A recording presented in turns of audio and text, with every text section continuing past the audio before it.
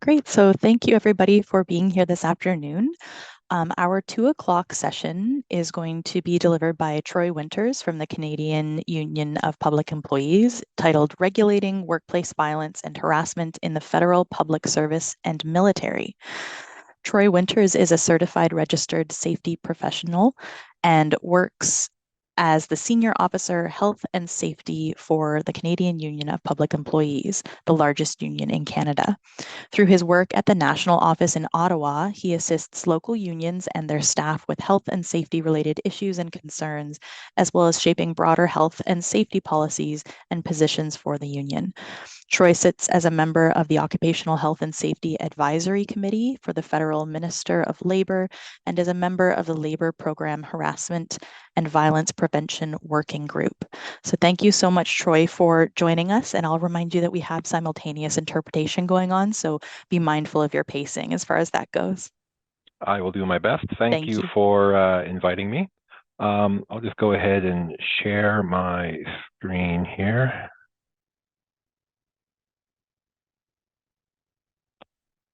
And hopefully that shows up for folks.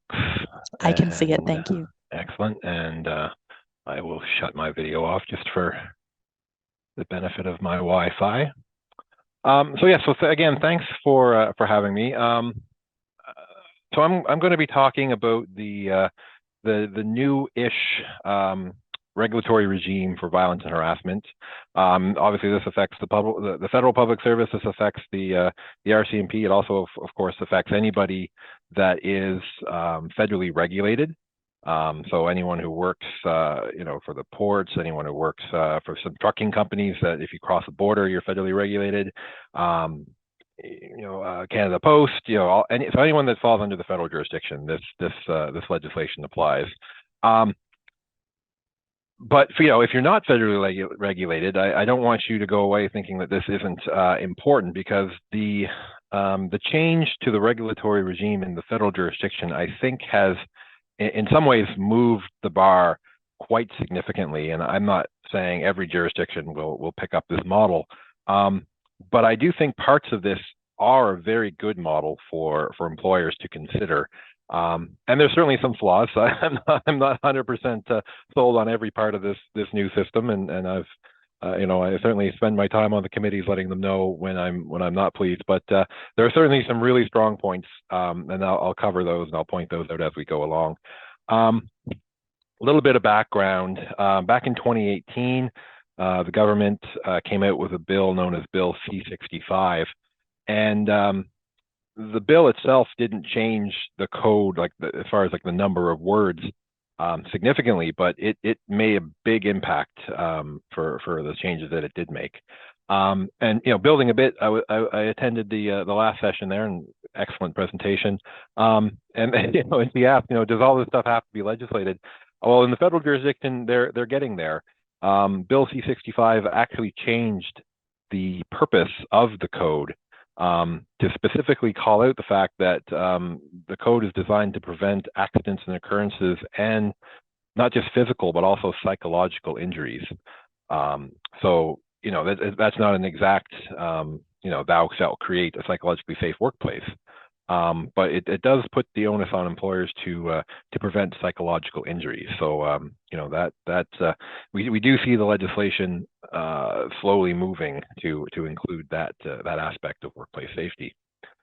The other big change that Bill C-65 did to the code itself is that they changed the law that says, when you have a complaint, as people are accustomed to in health and safety, you go to the Health and Safety Committee.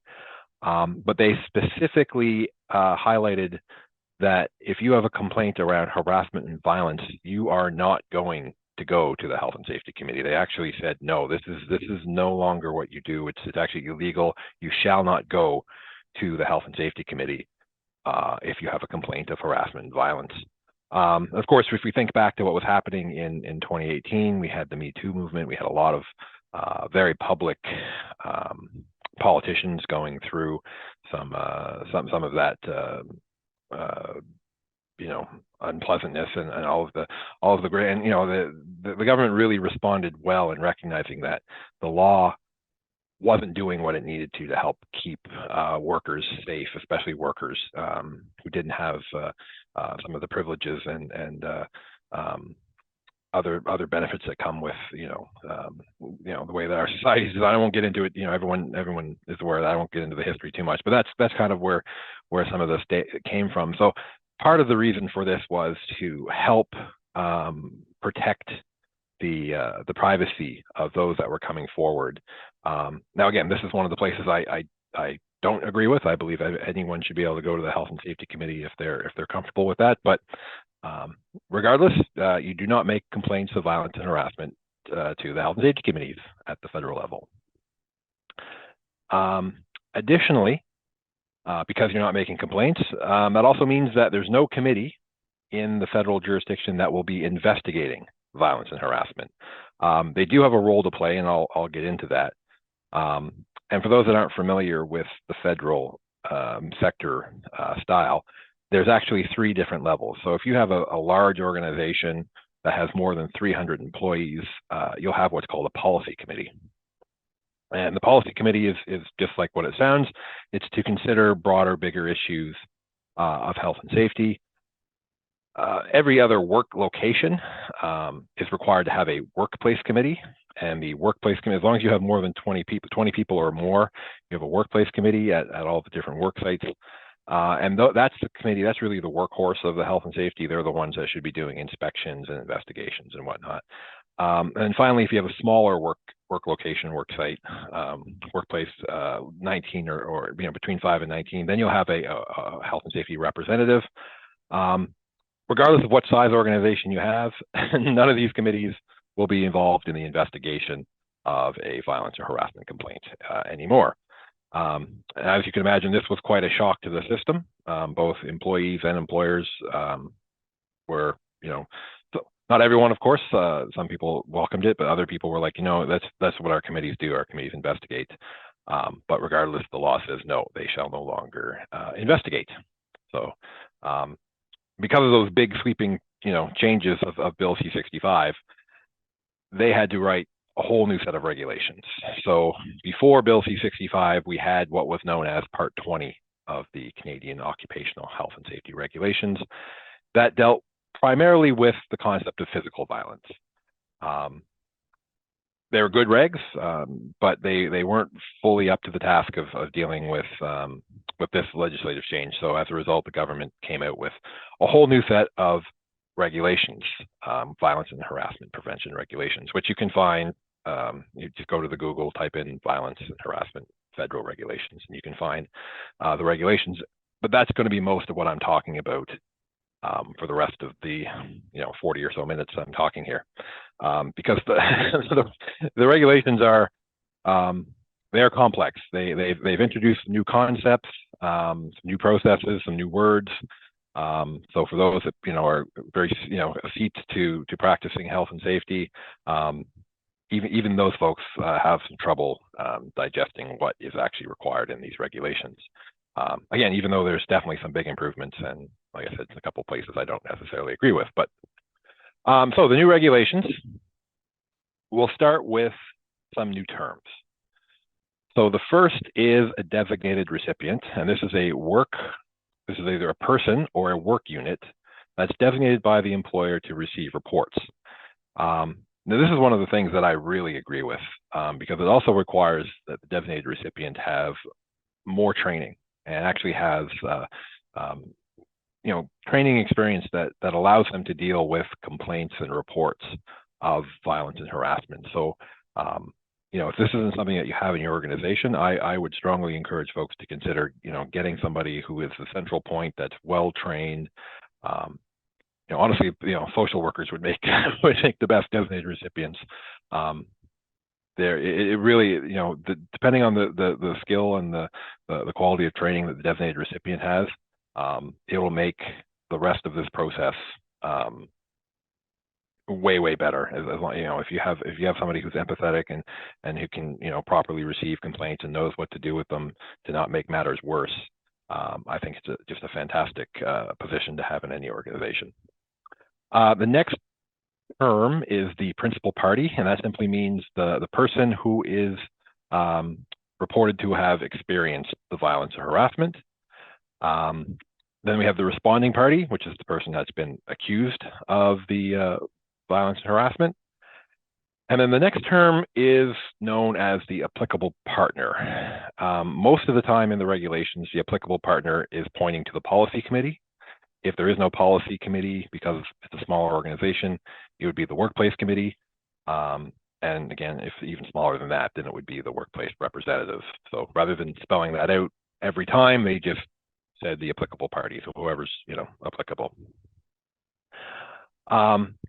Now, the new regulatory regime, it's like I said, it's sweeping, and it's probably one of the most prescriptive pieces of legislation that's come out in a long time. And again, in some places, I personally think that's quite good.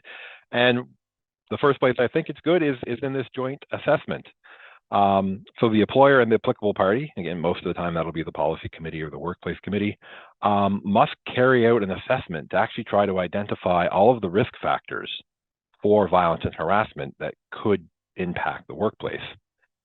And I should note, this is the first place in federal jurisdiction regulation or the code itself that actually uses the word risk. Most of the time we're identifying hazards, but this specifically uses the term risk in a way that's not used elsewhere.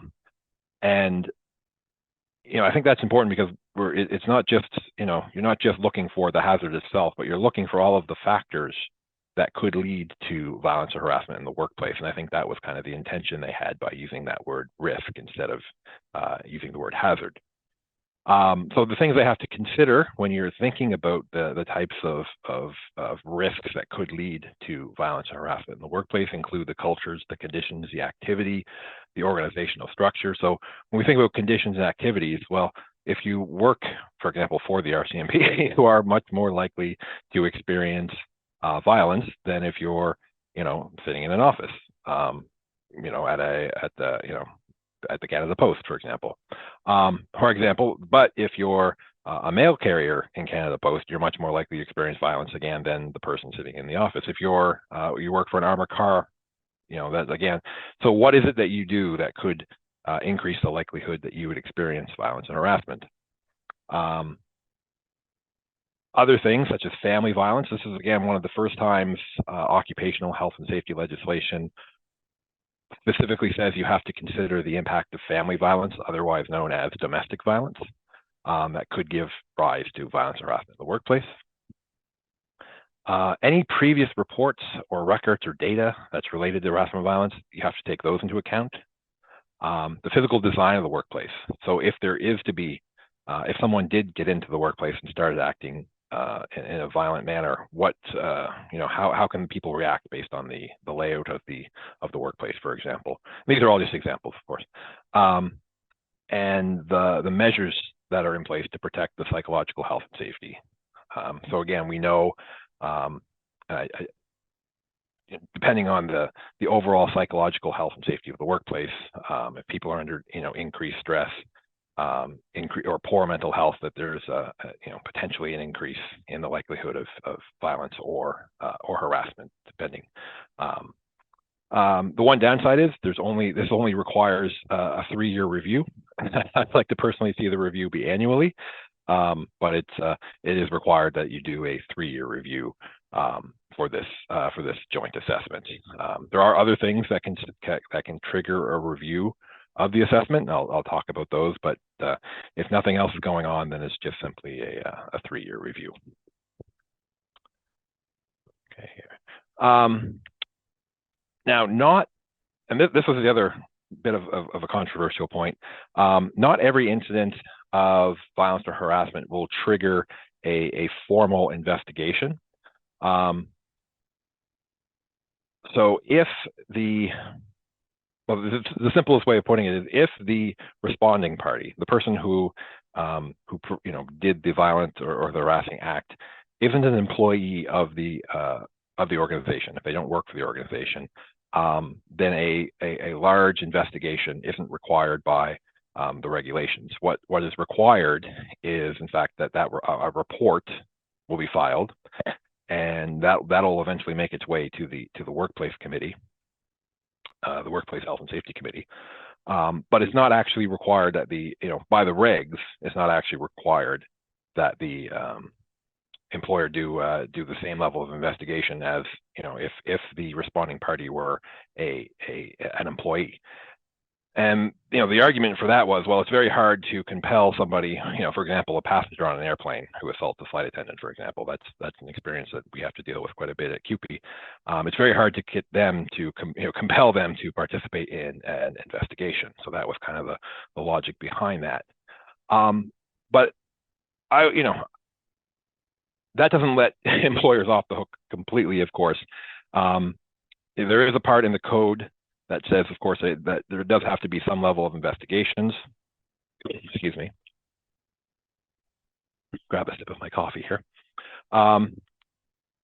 As anyone who practices health and safety knows, if an incident really had the likelihood of causing injury or harm to an individual, it really should be something that the employer investigates.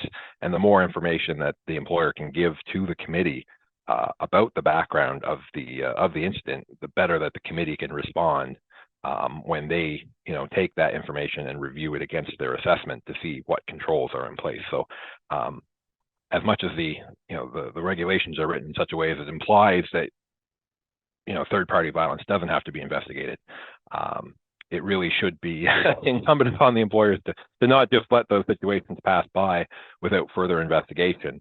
And of course, the committee isn't in a position where it can help with the investigation because it's been expressly forbidden in the legislation to investigate. So it does fall on the employer to do that work and get as much information for the committee to consider when it's doing the assessments, because it's that committee that will give you the best advice on how to modify the workplace to prevent future reoccurrence, of course.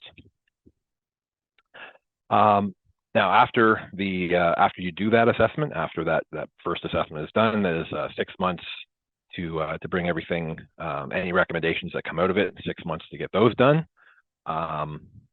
I won't spend too much time on that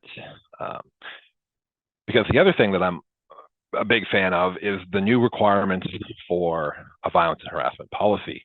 And there's actually 11 mandatory items that the regulations require to be in the policy. I've helped a few companies develop theirs, and unfortunately, it does tend to make the policies quite lengthy. But of course, like all policies, there has to be some kind of a mission statement. A broad, employer, rejects all form of violence and harassment and shall do, whatever it can to, provide a healthy and safe workplace, free of violence and harassment, something along those lines for a mission statement. But then the policy also has to cover what the risk factors are in the workplace. So when an employee picks up the policy, they should know that, because they work at X, Y, Z, these are the likelihood, these are the things, and because of that job, that may expose them to violence and harassment. It has to cover the roles of the workplace parties. So what is the role of the supervisor? I'll talk about what that role is in a moment. What are the roles of the employer? What are the roles of workers? Of course, the big one is, of course, don't perpetuate violence or harassment to other people, but also, report it if you are aware of it. Anything that would drive a review or update of either the policy or the assessment. How privacy will be protected. And this is an interesting one because most policies just state that, the employer will protect your privacy. But this is different. They actually want a statement of how the privacy of people involved in violence and harassment investigations or incidents will be protected. So this is a little bit of a further requirement. What do you do if you've actually been involved? And the support measures available. So outside of the actual process for determining whether or not violence or harassment took place, what are the actual other supports? So it could be EAP, could be psychological services of other types, could be first aid, other medical if it's violence that causes that type of an injury. So what are the support measures? And so that's the description. And then they also need a summary of the training that will be provided. So what what training is going to be provided to workers, to management, to the designated recipient. A summary of the resolution process, and that I'm going to talk about. That's a complicated process. I'm going to talk about that in a moment. Again, what will drive review and updates, and emergency procedures. Do people know what the emergency procedures are? And finally, they need to know the name of the designated persons. So if it's a single person actually having the name in the policy, I also mentioned before it could be a work unit. So if, for example, it's a subdivision of human resources is the violence and harassment reporting team or something like that, then that would be stated, and of course the how to reach them, the contact information. And of course, all of these are described in a lot more requirements in the legs. So I mentioned the resolution process. So first, I mentioned, if the incident is caused by a third party, then this is not the resolution process that's used. If the person that perpetrated the violence and harassment comes from external to the organization, then a person files a report. They say, I experienced violence harassment. The employer, for the most part, I think should investigate. They should look into it, and then a report, a de-identified report, goes to the Health and Safety Committee, to most likely the Workplace Committee, where they get to review that report against the violence and harassment assessment and determine if changes are needed to improve that. This convoluted looking diagram that I have up, this is the resolution process for if the person that is purported to have done the violence and harassment works for the employer. Now, same starting point. If there's been an incident, an occurrence, then the report has to be made to the organization. But I should note, and this isn't something I normally cover because I don't normally do presentations that involve RCMP, but this would be something that would be important to the RCMP. For folks that work in organizations or jobs that where violence is a normal condition, where violence could happen every so if, for example, something like a prison guard, something like an RCMP officer, a security guard, things like that, where the responding party, where the person who's perpetrating the violence doesn't work for that organization, and it's a normal condition of employment, and the employer has measures in place that address that violence and harassment, so the training, the equipment, then this process, we don't follow this process where a report gets filed every time that follows this regulation. Other processes that would be involved obviously would kick in. It's not that they don't get reported, but there's other reporting mechanisms. For example, if a police officer is assaulted by a perpetrator, there's other processes in place. And basically, I think the government didn't want these regulations to get into the way of those processes. So that's no reports are required then. So I don't normally talk about that too much. So but I inserted it here just in case, just because of the potential audience. So, but if the responding party does work for the organization, then we go through this process. So to start off, the principal party or a witness can make a notice of occurrence, and they can do this. They can do it in writing, and of course, we always prefer it to be in writing. And we want organizations to have some type of reporting form that folks can use to kind of capture the information. But it doesn't have to be in writing. If somebody goes to a supervisor or the designated recipient and says, I'm experiencing violence, I'm experiencing harassment, then that is also completely acceptable. As for who can receive a report, if it's unless it's a supervisor or, what we call the employer, or, someone kind of like higher up in the organization, then if it's just, if it's like a worker on worker situation, then a supervisor can be notified. Otherwise, it does have to go to the designated recipients. And even if it does go to a supervisor, it's really a good idea to take it right away to the designated recipient, because again, they should have received extra training and they have the experience and knowledge to properly handle a complaint and a notice of occurrence. Now, a witness can also provide a notice of occurrence anonymously, but there are certain things that have to be in the complaint, and I'll talk about that in a second. So, but it is perfectly allowable that a witness can provide a notice of occurrence anonymously. And that always brings the question, well, can a principal party file an anonymous complaint? And you'll see why that's not possible in a minute. A reminder that the principal party is the person that experienced the violence or harassment. And the reason that they can't file an anonymous complaint is there has to be 3 things on the notice of an occurrence so that the employer can actually take action.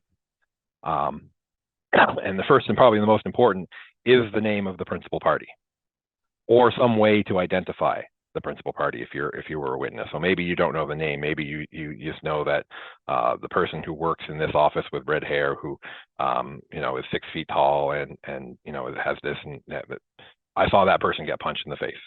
You don't know their name, but you can make that report, and that gives the employer enough information to figure out who it is. But they have to be able to figure out who the person is. If they can't figure out who the principal party is, then that essentially ends the regulations say that closes the complaint, because the employer can't take further action. Also, the date of the occurrence and a detailed description of the occurrence. And then again, this is so that the employer can follow up with the principal party and ask them about the situation and experience. The next step is known as the initial review, and there's sometimes a bit of confusion about that.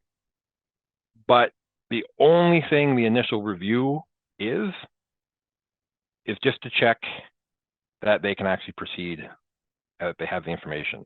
This isn't a review to determine whether or not they think this is something that rises to a violence harassment complaint. It's just simply, do we have the information to go forward? And it's just, I think they write it this way just so that the steps get documented for when they don't have the principal party's name and they can't move forward. But if they have the principal party's name and they're able to move forward, then that's all this is. This is just that check. It's nothing more, nothing less than that. So then we have the initial contact. So within 7 days, the employer is required to contact the principal party only. And I'm going to talk a bit about the responding party in just 1 second, after I grab some more coffee here. So within 7 days, they have to contact the principal party and say, okay, we have a notice of occurrence that you've been involved in an occurrence of violence or harassment. This is how you access the violence and harassment prevention policy that I said had to have those 11 things in it. This is the resolution process. This is how our organization does the resolution process. That's in the diagram that I keep flipping back to. And finally, before we move on to anything else, we want to let you know that you can have a representative throughout the rest of this process, through the resolution process. And that's really all the initial contact should be. And this can be done, I always, a little bit of work that I've done with folks that want to know how this is done, I always say this is best done with a phone call and then followed up with an email. That way, obviously if you call people, this is a lot of information to dump on a person, especially if it, they're not that familiar with the process, or even more so if if a report was filed anonymously by a witness, this might be quite out of the blue. So you give this information over the phone, and then you follow up with all the information on an email.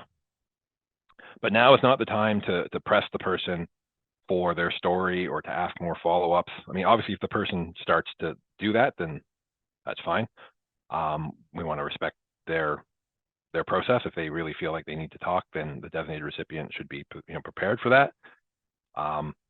But again, it's not about pushing them to the next step, because they need time to go off and decide whether they want somebody to assist them as a representative or things like that. So if there has been a witness that's made a report that wasn't anonymous, the employer also has to let them know within 7 days, like, hey, we got your notice of occurrence. We're taking care of it. Thank you. And you may be contacted further later on down the line, but basically within 7 days, just let them know that it happened. Now, a lot of folks say, well, what about the responding party? The regulations don't require initial contact with the responding party right away. And I think this is another point that's really quite important. And again, I think a very good thing, because sometimes complaints get made in the heat of a moment of something, and after a time, the person's had to reflect, or after they've actually had a discussion with the designated recipient, they may decide that, while yes, something happened, maybe this isn't a harassment complaint, or maybe I don't, for whatever reason, want to continue with this harassment complaint, or whatever. Now, obviously, this wouldn't account for something that was very serious, and I'm not implying that anyone should ever be talked out of a complaint or anything like that. But if after a sober second thought, the person decides, actually, no, I don't want to go through with this, this is done, and again, it wasn't something that was really serious that gives the employer a great deal of concern, then the complaint can go away, and the responding party has no need to know about it. If we were immediately jump and tell the responding party right away, then their psychological health and safety is going to suffer. The relationship between these two people, that's obviously going to be harmed further.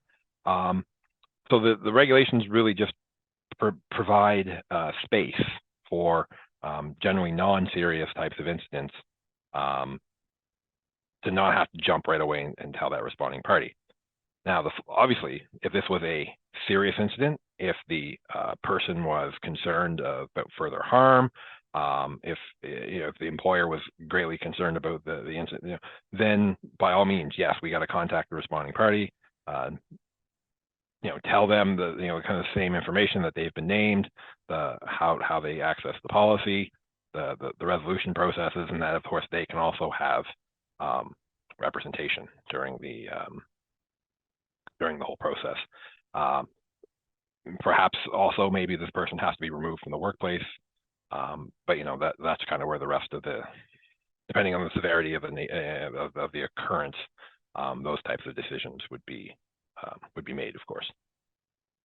The key is it gives some flexibility to work towards a best result for everybody. So after the contacts have been made, and again, it's possible that we can move into the negotiated resolution process without contacting the responding party, because the negotiated resolution, it's a good process, but it's really poorly named in the regulation, because we may not be actually negotiating anything. I just don't like the name. We'll just call it the next step.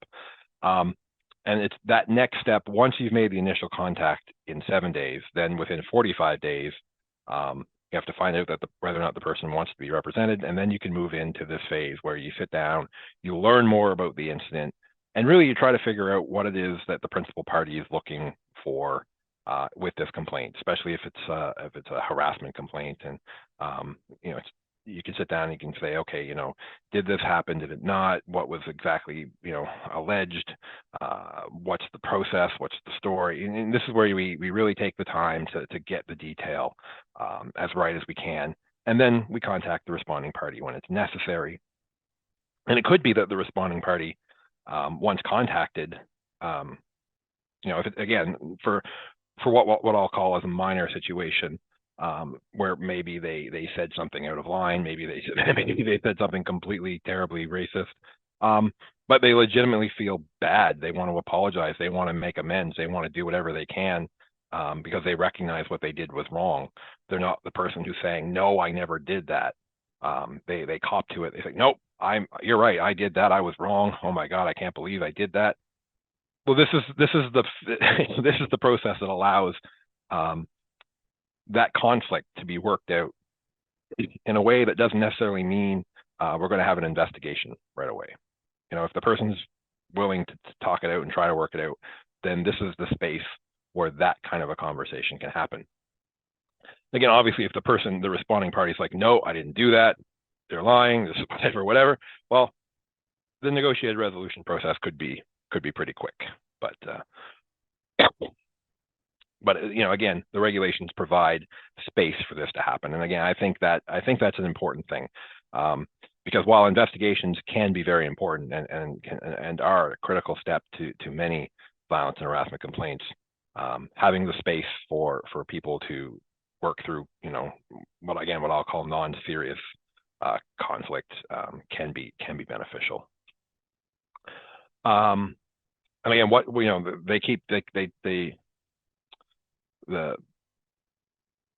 the regulations make reference to a reasonable effort needed to be made by the principal party, and that is very dependent upon, you know, what has been what do they say happened, right? You know, obviously, if a person's been you know, tormented and bullied for a decade, and they finally get the courage to come forward and say that this is happening, then, you know, we're not going to negotiate a resolution with, you know, with a bully. Like that's, you know, we're not going to, you know, have the person sit down in the room with the you know, with their tormentor of the past decade and negotiate that out. But it just, again, I think they're really just trying to reinforce the point that for sometimes, you know, some situations, it's worth to sit down and have, you know, have an exploration of the issues before we immediately jump to the next categories. The last thing is, if for some reason somebody decides at the negotiated resolution phase to withdraw a complaint, it has to be a joint determination. If the employer thinks, oh, this isn't really harassment, but the principal party still believes that it's that they've been harassed or that they've experienced violence, then that doesn't end the process. It has to, only when it's jointly agreed to. And of course, the regulations don't get into it, but of course, we never want to see anyone pressured into dropping a notice of occurrence of a complaint. So if after they've been presented with, you know, true definitions of harassment, they're like, well, maybe this isn't harassment, maybe this is conflict, and maybe we can work this out. Let's, you know, that might be the case, or maybe they're just like, actually, you know what, I don't want to continue, then, you know, but it has to again be joint.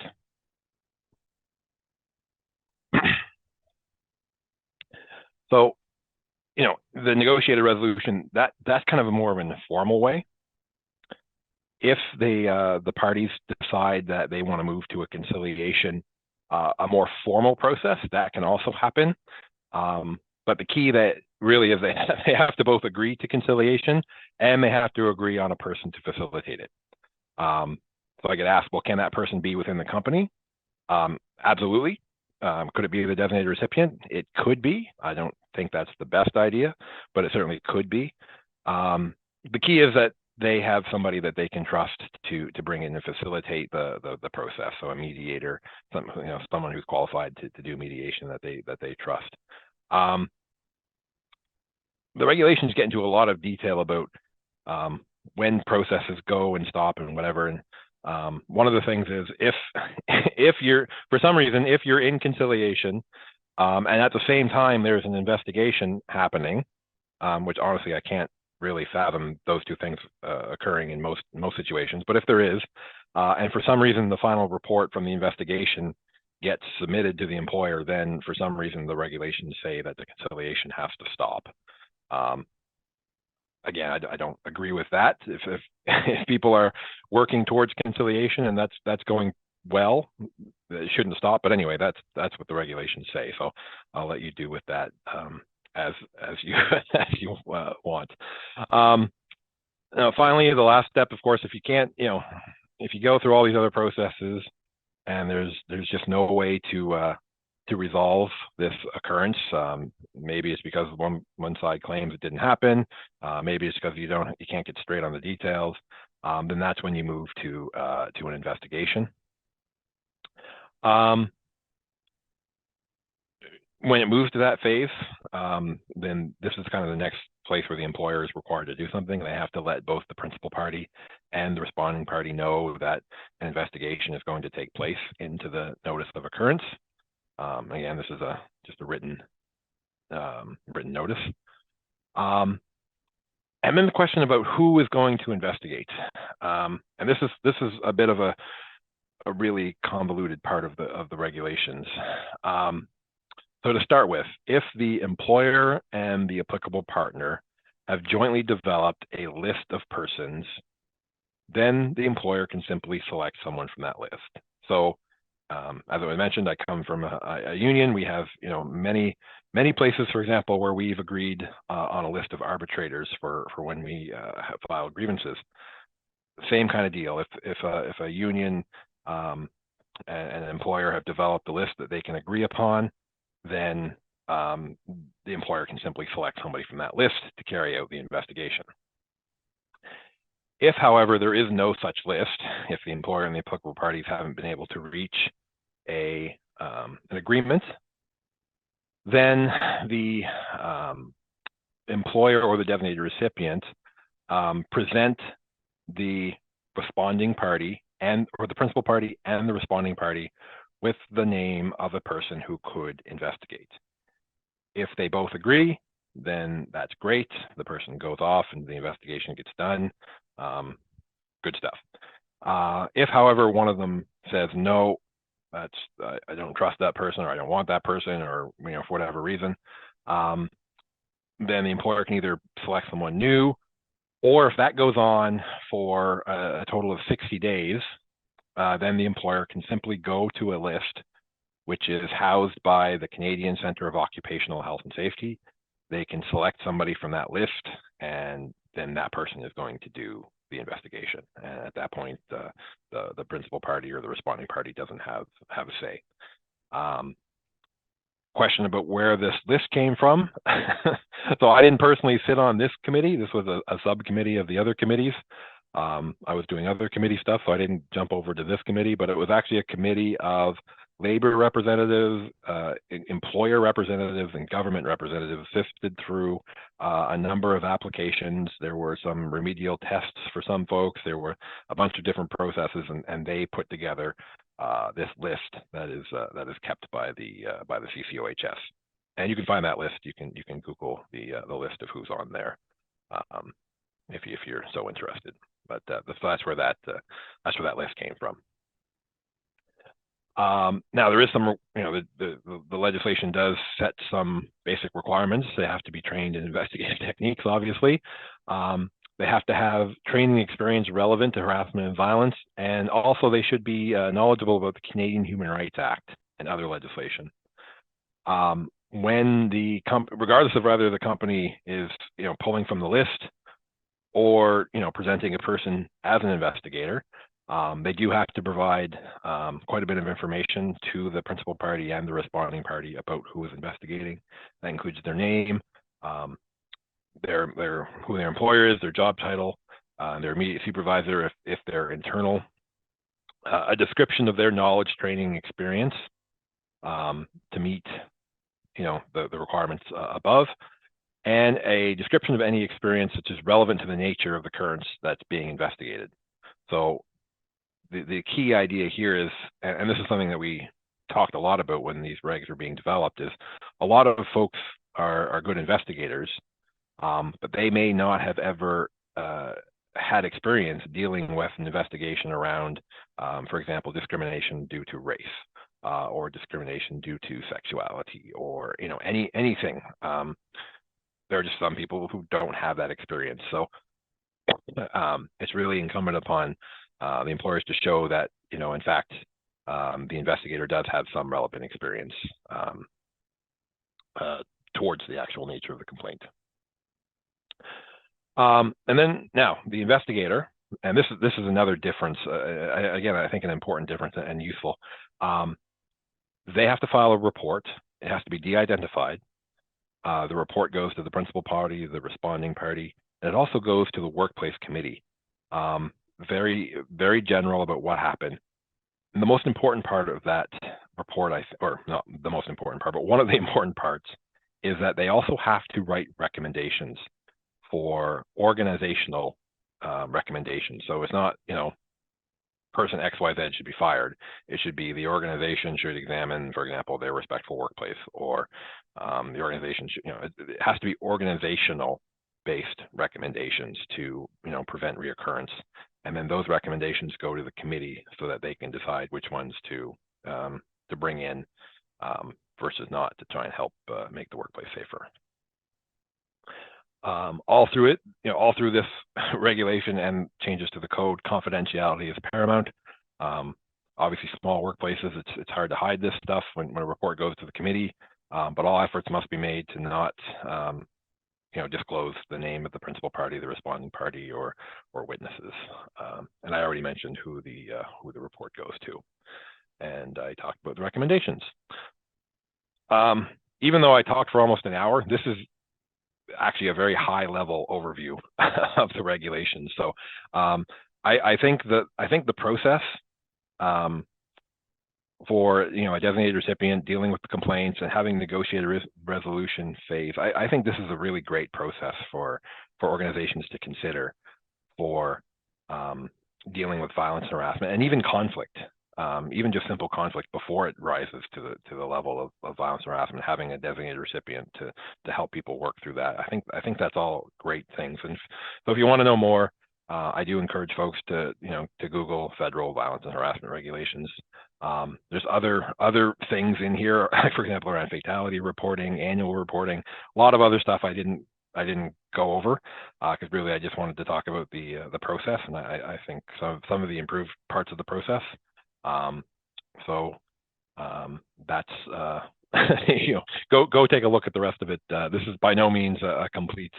I'm not a legislator. I'm not a lawyer, but this, there's a lot more stuff in the regulations if folks are interested. And I thank you. Wonderful. Thank you, Troy. So I'll remind everybody that if you have questions to contribute to the discussion, we have about good 8 minutes left to discuss any questions you have that you can drop in the Q&A, and I'll keep an eye on that. To get things moving, I have a question for you, if you don't mind. I'm wondering what some of the more common barriers that you and your colleagues might run into when you're working to prevent workplace violence and harassment. Well, I mean, when we're talking about the prevention of workplace violence and harassment, the source is really important. So, as I mentioned, with CUPE, we have a lot of, for example, flight attendants in the federal jurisdiction. And as the pandemic went, of course, we saw a lot more increased violence and harassment and actual physical violence against the flight attendants. So it was all very organizationally based, but it was also environmentally based. A lot of people were under stress. The airlines were suffering through all sorts of changes and growing pains to reestablish. So people were very, very frustrated and things like that. So changing announcements on the plane, there was a lot of organizational stuff that we could do to help keep the violence down on the airplanes. Interorganizationally, when we're looking at what causes violence and harassment, I think your previous speaker actually covered a lot of the stuff. If you create a psychologically safe workplace where people are free to show up to their workplace and be their authentic selves, that in and of itself will help decrease a lot of the violence and harassment. If you create a respectful workplace, you decrease the amount of potential for violence and harassment to happen in the workplace. So again, very different sources and very different solutions, but it certainly is possible to reduce those for sure. That does make sense. Do you have any tools and strategies that you or your colleagues have found to be particularly effective when supporting an employee who has experienced harassment or violence? Yeah, and again, this is this is why I think the designated recipient idea is so good. Having somebody that's trained in receiving a complaint of violence and harassment, who first off, you need to sit and you need to listen, and you need to not make a promise. You can't say, oh, I'm going to fix this for you. We're going to make this better. You can't make any of that promises, because whatever you say is going to be very difficult for you to fulfill when you don't have all of the facts or all of the details when someone's first coming to you. So you need to sit, you need to listen, you need to be empathetic. You need to let them tell their story. Don't interrupt. Let them go through it. Let them tell the whole thing. And then if you have questions, you can ask your questions. But it really is about being empathetic and open to hearing what they're saying. So I think, and again, that takes it can be very difficult. I actually have 3 open harassment complaints just this week that you get an email, and all the email says is I work here, I'm being harassed, I think everyone is against me, I need help. That's a different conversation. That's a difficult conversation to start. But you just have to let them tell their story. You get the details, and then you kind of determine your next steps from there. And again, if you feel like they're going to be in danger, then immediate steps may need to be put in place with the person who's been accused. But sometimes it's just about taking the steps one at a time and making sure that they understand this. We're going to resolve this. We'll do it as fast as we can. It's not going to be overnight. Again, don't make promises about any of that kind of stuff. Yes, setting and managing expectations is so important when engaging in this work, so that people, aren't set up for disappointment, but also know exactly what to expect from the people who are there to support them. We have 3 minutes left, so I will ask one last question of you, I guess. You did touch on this a little bit in your presentation, just due to the nature of the presentation itself, but I'm wondering if you can just talk about the considerations or issues that you see as being particularly unique to the public service or to the military. Yeah, well, public service or working with the public in general. I'll say I won't speak too much to the police and military. We don't represent those folks. I don't have a lot of experience, but certainly working with the public. It comes in waves almost, like, and we saw this with for example with COVID. Like at first, I'll use healthcare as my example.